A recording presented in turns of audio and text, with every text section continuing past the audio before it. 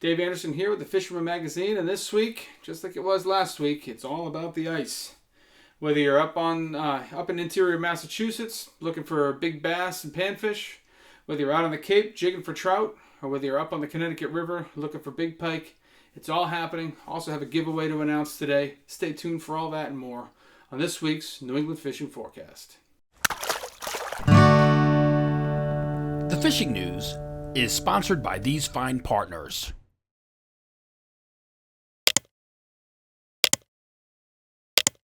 So before we begin, let's get to the good stuff, and that's the giveaway. I'm going to give away one of these rat swim baits that I detailed how to make in my article in the February edition.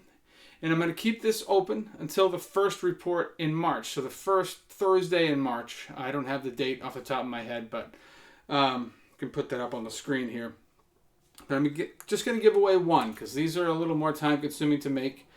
But my favorite photo that comes in between today and that first report in March is going to be awarded with one of these. You can pick the color. You can do a natural rat or my favorite one, the baby skunk.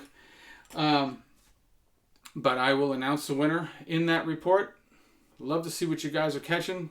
And I don't care how you catch it. If it's saltwater, freshwater, through the ice, on the fly rod, even if it's on a trip to Cabo San Lucas, I don't care. Send me the pics. And we'll pick a winner. And so now we're going to do a little highlight reel type of a thing here. A lot of stuff going on, but it's pretty much all ice fishing. So, things starting up in Maine. Still hearing great reports from the smelt camps. We're having some really good nights up there. Heading down into Massachusetts, you're going to see, especially in interior Massachusetts, the ice fishing has been phenomenal. Hearing about a lot of really nice panfish, a lot of big perch, a lot of big calicos, tons of pickerel, which is sort of the prince of ice fishing, and some really nice bass as well. I did hear from Roy Leva again this week. He's going to give us a little video report of what's happening out in Central Mass. Let's do that right now. Take it away, Roy. Hey Dave, how you doing?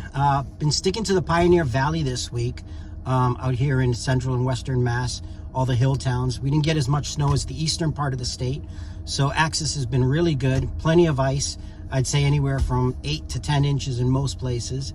And the snow hasn't been too heavy. We probably got maybe 4 to 10 inches of snow, and a lot of it's blown off the ice. So it's made access really easy. This week I haven't done much jigging, but I've done a lot of tip-ups, obviously with shiners. That's been very productive for bass, pike, pickerel, perch, and even some large size crappie before dark. We do have another low coming in, I believe tomorrow, with another snowstorm for Friday. That should kick things off. They should eat pretty well. Just got to be safe when you head out, and go catch them up. Thanks, Roy. Really appreciate you you sending us this report week after week. I definitely consider you one of the most avid fishermen in New England, and love to have your insights as to how things are going on week after week. So much appreciated. Thanks again for doing that. The other really exciting news from Massachusetts is that the ice on the Cape is safe. Now, take that with a grain of salt. I would still definitely check with the local fire department before you walk on any body of water, especially those bigger bodies of water. Some of these bog ponds and some of the smaller kettle ponds are probably pretty good to go. But I wouldn't feel too great about walking across Mashpee Wakeby, for instance, right now. So you're going to want to keep an eye on that. And you're going to want to check in on that. But most of the fish I'm hearing about on the Cape are either trout or perch. Definitely some big pickerel and some nice bass being taken as well. But the jiggers are doing really well on trout and perch. And I talked to Ian from Goose. He said he's not a big ice fisherman, but he's been going since the ice is safe. And he's been doing really well on the perch with some small to medium trout in the mix. And he said, more of the larger fish like the bass and the pickerel being caught on tip-ups with small or medium shiners dangling below them. And, the weather's going to stay fairly stable. We got some warmer weather these next few days, but I think, with the cold nights, we should still have safe ice on the Cape for at least another week. But we'll check back with him next week and find out how things are going. Rhode Island has been conspicuously absent from the reports I'm hearing. I don't know what the reason is for that. I know that ice fishing is taking place just because I drive through Rhode Island all the time, and I'm seeing guys out on a lot of the ponds. So whether you're up on Johnson's looking for bass, it's great bass pond, great ice fishing there. You're out on Warden's looking for pike. That shallow end of the pond there is always a good bet for pike. Or you're up on Stafford and Tiverton looking for trout, or any of the other hundreds of ponds that I haven't mentioned that are viable options in Rhode Island. Ice fishing is taking place in Rhode Island, which is not hearing a lot. If you're getting out on the pond, send me an email, send me a text, and give me a report. Feel free to make a video report. We'll put you in here, but at the very least, send me a pic. Love to hear how you guys are making out Rhode Island. As far as the saltwater scene goes, not a whole heck of a lot going on. It's either been too snowy, too windy, too lumpy, or too cold, or all of the above. So really, the headboats haven't run much, if at all, in January, and that's now continuing into these first few days of February. I wonder if they're out there today. It's pretty calm wind-wise today. I haven't seen the ocean, but I'll check in with the guys, and hopefully we'll get a report from them next week. I'm pretty sure that there's still going to be plenty of codfish out there, probably some sea bass, which obviously will have to be thrown back, but they're probably still around, probably still a few scup out there as well.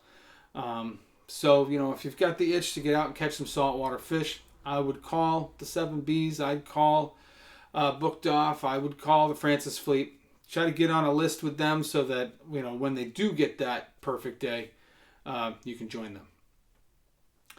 And then the Holdover striper fishery in Rhode Island is hampered by ice. It's either icebergs or skim ice or slush. So we're not hearing a lot at all in that category. And I really don't think a lot of guys are out doing it right now. It's been too cold and there's just too much ice. Over in Connecticut, there's a lot going on. That central vein of Connecticut ice fishing is always going to be the Connecticut River. And, there's a lot of species of fish to be caught through the ice on the Connecticut River. Definitely, some of, if not the best pike fishing in New England. Awesome pickerel fishing, which I know not everybody loves pickerel, but I'm kind of a fan. I think they're kind of fun. Really, really awesome calico bass fishing. Great fishing for both species of perch. And as you probably saw on social media this week, you might even get a giant striper through the ice. There was a 44-inch striper taken on one of the coves of the Connecticut River. And, in that place, you just really never know what you might catch. There's been some bowfin taken as well.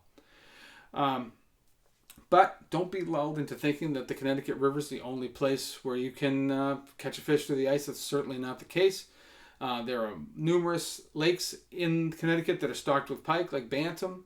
There's a phenomenal stocking program for trout throughout Connecticut. You can go on the interactive map on the DEEP website and find the closest one to you. You can also filter it out to find the one that was most recently stocked. But the ice fishing has been phenomenal.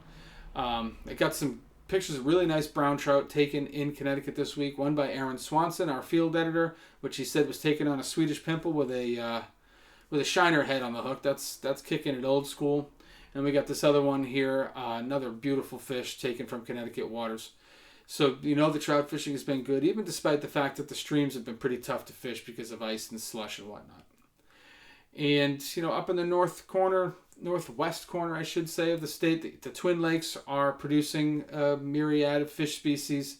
The one place in Connecticut, or the one thing in Connecticut that's usually a big hit during the wintertime that's kind of fallen off, is just the Holdover striper fishery for the same reason. It's a lot of ice flows, icebergs, slush coming through the Housatonic and some of the other rivers. But there are guys that are hitting those open sections, and there's some other guys too that are fishing for them through the ice on some of the calmer waters. Not sure how ethical it really is to target stripers through the ice. Hopefully these guys are adhering to the circle hook mandate, because anyone who's ice fished with a tip up knows that gut hooking is definitely a part of the game, and so hopefully they're being responsible. I'm gonna be optimistic and say that they are. But that's really the story that I have for you guys throughout New England this week. again, it's been mostly ice fisherman's game, and things really haven't been hampered too much from the big storm. Guys, a lot of the wind. That was a really windy storm. A lot of the lakes were blown clear of snow anyway. So if anything, parking is going to be the issue. But great trout fishing throughout New England. Great bass fishing. Pockets of awesome pike fishing, and a relative rarity with widespread safe ice on Cape Cod. Lots to do, lots of fish to catch.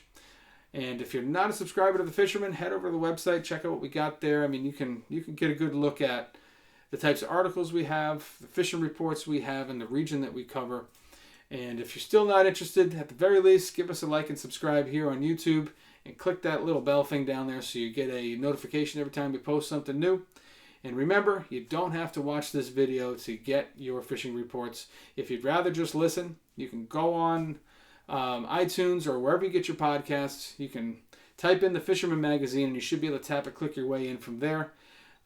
We have this report available in several formats. Check us out. Thanks for watching. Thanks for listening. We'll see you guys next week.